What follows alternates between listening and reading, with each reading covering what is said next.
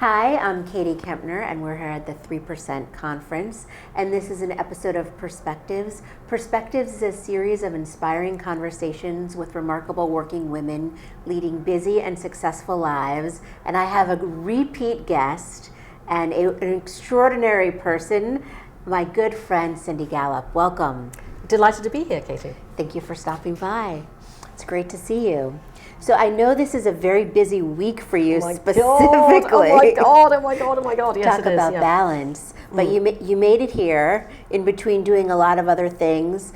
You've been a part of the 3% Conference since it started, and it's in its fourth year, and I know you're going to talk about that a little bit. Could you share with us a little what you're going to talk about? Sure. So I have very deliberately structured my keynotes at the 3% Conference over the years sequentially. So at the very first 3% Conference, I talked about awareness of the issues that face and challenge women in our industry. The second year, I talked about micro actions, the things that every one of us can do every day to change all of this. The third year, because change has not been happening fast enough, I talked about accelerants, how we can all make change happen a whole lot quicker. And this year, I'm going to be talking about results. We still aren't seeing enough results, and I'm going to talk very specifically about what the barriers to achieving those results are and exactly how we can all overcome them together. What are some of the barriers? So I don't want to preempt my talk too much, although I guess this will be going out afterwards. Nobody will see it beforehand. No, exactly. So some of the barriers I'm going to talk about are, first of all, in the whole area of why there are not more women in creative departments, just generally, let alone at the top of them. So the first barrier is the response that goes, oh, we really wanted women, we just couldn't find any.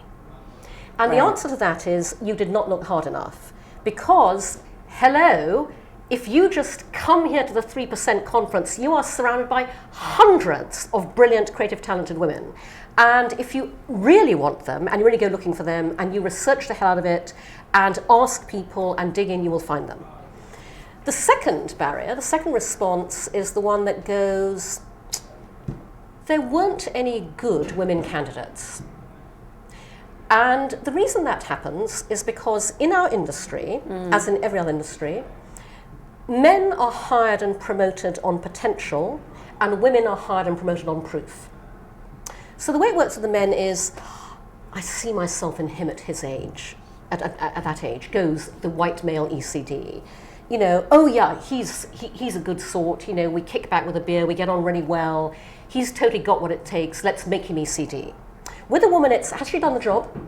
Oh, she hasn't done the job before. Has she done the job long enough? Has she done the job well enough? Oh, we can't find any women ECDs. Men get promoted on potential, women get promoted on proof.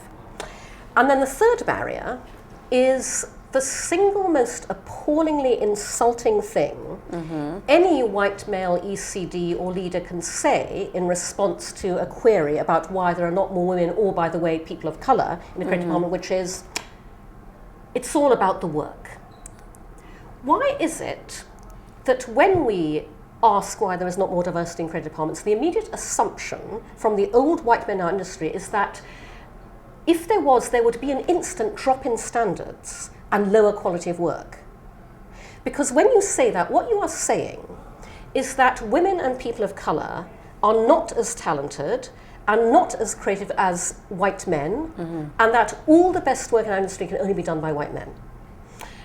So those are the barriers, and the way that you break through those, and this is the challenge I'm throwing out to the audience today, I want every single ECD across the whole of the United States of America and beyond, with the next brief that they put out to a recruiter, for whether it is for an ECD, you know, a senior VP, an associate creative director, or just a copywriter, an art director, a digital, you know, creative, whatever. I want them to say to the recruiter, I want to see non-white female ECD creative candidates who have the potential to do this job. Because if every single ECD said that to every single recruiter, my God, you would not believe the huge amount of brilliant female non-white creative talent that would suddenly get unearthed in our industry. there would be an absolute treasure trove of it right out there in the open, clearly visible to everybody. And by the way, obviously, I want the same thing to apply to white female creative candidates and male non-white creative candidates, because it's the same issue. But I say that specifically because the single rarest unicorn in our industry is the black female ECD. Right. She is even rarer than the Hispanic female ECD, or the Asian female ECD, or the Indian female ECD. And so set the bar there and tell those creative recruiters, most of whom, by the way, are women, and so I find it particularly surprising that they are not doing more to surface female candidates, which they're not, because they're on a closed loop of the guys they know. And you'll be astonished when you insist on it, how much talent suddenly comes out of the woodwork. Well, good. I'm glad you're gonna issue that, and we'll see what happens. But I think a lot of it also has to do with, when you say ECDs, a lot of women start in this industry, but they don't continue in this industry. So are there things that can be done also to retain them, not just recruit them, but retain them? Absolutely, Katie. So I get very annoyed when people talk about the mommy track.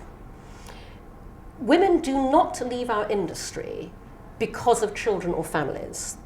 Women leave our industry because they get managed out of it by an entire corporate system that is designed for men by men. And by the way, one of the reasons they get managed out of the industry is because, never doubt that everyone in the industry burns with the same ferocious ambition and desire to lead at the top as any man. Right. But when they look at the top and they see a closed loop of white guys talking to white guys about other white guys, sensible women, all family considerations aside, look at that and go, who the fuck would ever want to work like that? Myself included, by the way, and I'm rampantly ambitious. And I had the opportunity when I left BBH to talk to an awful lot of agencies and holding companies that were offering stratospheric positions.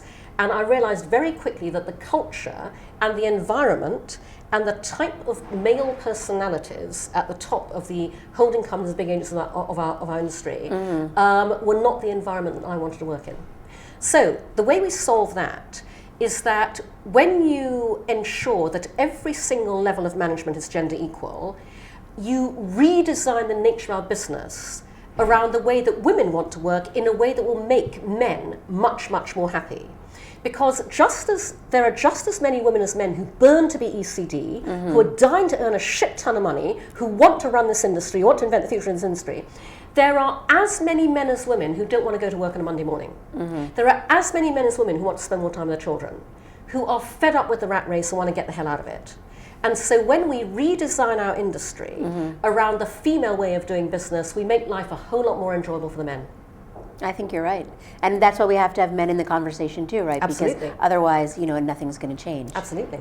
So I want to change gears just a little bit and talk with you. A lot of women, as they're in their careers and looking for ways for themselves to stand out, really think about their personal branding and what they can do. And I think you are, first of all, everything you say is incredibly compelling and people want to hear. And you really are a master at figuring out ways to brand yourself and make sure that you have stood out. Could you talk a little bit about some tips for that?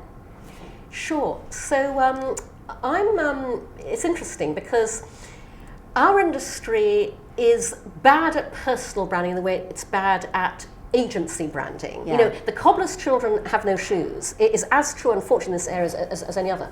So I am one of Rick Boyko's Spark Starters Collective, which is a collective of agency veterans who do training workshops in creativity for agencies' clients. And so I was holding a session, a workshop in one of these for members of a large agency. I won't name it in this instance. And so I just asked, I guess there's about 30 people, how many of you here own yourowname.com? About 5 people put their hands up, and I said, and how many of you are blogging or posting something on yourowname.com? I think 2 people put their hands up. And I was gobsmacked at that because this is ground zero in personal branding for anybody, because the very first thing that anybody does these days, whether they meet you personally or professionally, is they Google you. Right. And what you want to do, therefore, is you want to make sure that you control what comes up on Google when that happens. You want to make sure that you Google in the right kind of way, and you want to make sure you don't Google in the wrong kind of way. And all of those things are absolutely within your control. And the quickest way to address that is to own your own name.com, and then to post something on it. And by the way, you absolutely don't have, I mean, although there are wonderful ventures like Squarespace that enable you to build a website very easily, you don't have to. You can just put up a very simple homepage. But what you do is, on your own name.com, you tell people, what you want to know about you, who you are, what you do, what you're all about, what you stand for. And you then want to ensure that every time somebody Googles you, yourowname.com is result number one on page number one of Google, because that way, you tell people how to think of you before Google does it for you. How do you do that? So first of all, you create however you want to communicate yourself. Then what you do is, what I advise people to do is decide where you want to go, what you want to do ultimately, okay? Because this is not only for what might help you in your current role. Right. It's about what you ultimately want to do and how you want to be perceived. So you need to have a sense of what that is. Then go to the most highly trafficked community hubs for that area, that industry, whatever it is you want to do. And the quickest way to move your own name.com up the rankings is to leave intelligent, incisive, thoughtful comments on as many posts as possible within those highly trafficked communities and websites and platforms that then link back, include your own website. Because the way to drive yourself up Google rankings is to be linked to from quality content. And so if you just link to your personal website from anywhere you comment, your Twitter handle, your LinkedIn profile, wherever, then that will drive it up the rankings. And also those comments will show up when people Google you. And so they can see your opinions. They can go, wow, she's got some interesting things to say, or whatever. That's such good advice. Okay, one more piece of advice before you leave us, which is, and I've asked you this in the past, and I'm interested to see what your answer is now. If there's one piece of advice for people here today that has helped guide you in your very exciting career, what would it be? I'm going to give you a couple of answers to that, okay, good. Katie, because the first one is my answer to the single best piece of advice I ever got, which is get more sleep. I'm a huge fan of sleep. And when you get enough sleep, you can take on the world, you can do anything. You really can't on not enough sleep. And that's one of the reasons, by the way, when our industry redesigns itself around women, we'll all get a lot more sleep and we'll all be better off for it. And then the other thing I would just say is the only person who can make things happen for you is you. Yeah. And that is truer today. I mean, I've been saying this for years, as you know, and it's even truer today than before. And in fact, I've been delighted to see on the 3% Conference Twitter timeline a number of speakers saying that. Your success is what you decide you want it to be. You are the master of your destiny. Get out there and ask for what you want. So yeah, just know the only person who can make things happen for you is you. Oh, that's terrific. Thank you so much for talking with me.